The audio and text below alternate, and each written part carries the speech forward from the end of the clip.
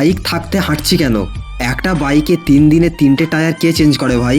Tyre change করতে গিয়ে কি ঝামেলার সম্মুখীন হলাম, কোন টায়ার লাগালাম, কত খরচ পড়লো। চ্যানেলটা সাবস্ক্রাইব করে ভিডিও শেষ পর্যন্ত থাকো, সব জানতে পারবে। ठीक है समझ गया। বাইক নিয়ে সোদপুর যাচ্ছিলাম দুটো ক্লায়েন্টের সাথে দেখা করার জন্যে। হঠাৎ কোনা হাই রোডের ওপর পড়ে থাকা গরু বা কুকুরের মাথার উপর দিয়ে বাইক চালাতেই পেছনের চাকা পাংচার বলা ভুল, রীতিমতো টায়ার মাঝ বরাবর আড়াআড়িভাবে কেটে গেছে। বালিতে দুটো পাংচার দোকানে দেখালাম বটে, তবে কাজের কাজ কিছুই হলো না, পুরো টায়ারটাই চেঞ্জ করতে হবে।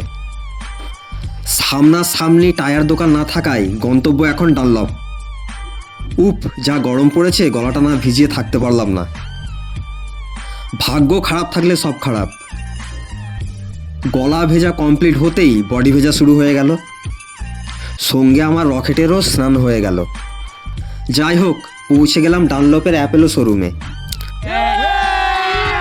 যদিও এখানে পাশাপাশি অনেক টায়ারের শোরুমই আছে, তবুও আমি এখানে এলাম কারণ এটাই আমার নজরে প্রথম পড়েছে তাই। যাই হোক, এদের কাজ কিন্তু খুব সুন্দর। ফটাফট পুরনো টায়ার খুলে নতুন টায়ার ইনস্টল করে দিল। ওরা বলল এই টায়ারে কর্নারিং নাকি খুব ভালো করা যায়। যাই হোক, অ্যাপেলোর এই টায়ারের জন্য আমাকে গুনতে হয়েছে 4600 টাকা, ফিটিংস চার্জ ফ্রি। মনটা খারাপ কারণ টায়ারটা বেশ সরু আর আমি একটু চওড়া টায়ার খুঁজছিলাম, তাই পরের দিন আবার বেরিয়ে গেলাম। বালি আসতেই আবার বিপদ।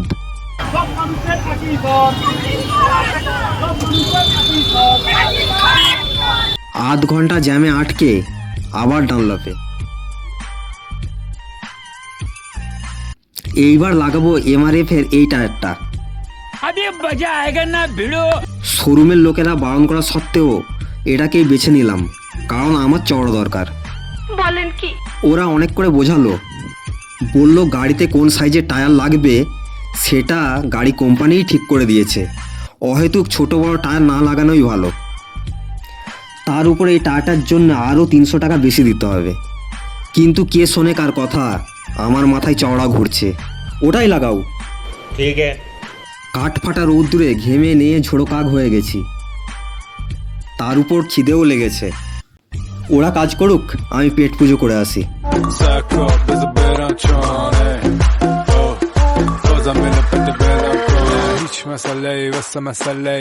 এবার খুশি তো?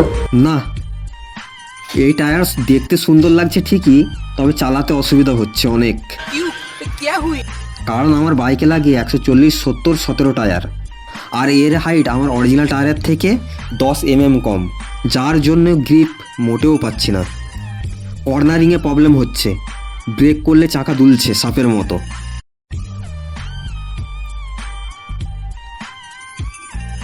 যাই হোক বন্ধুরা, আমি আবার যাচ্ছি টায়ার চেঞ্জ করতে। ম্যানেজার বাবু তো খুব রেগে আছে, দেখা যাক কি হয়।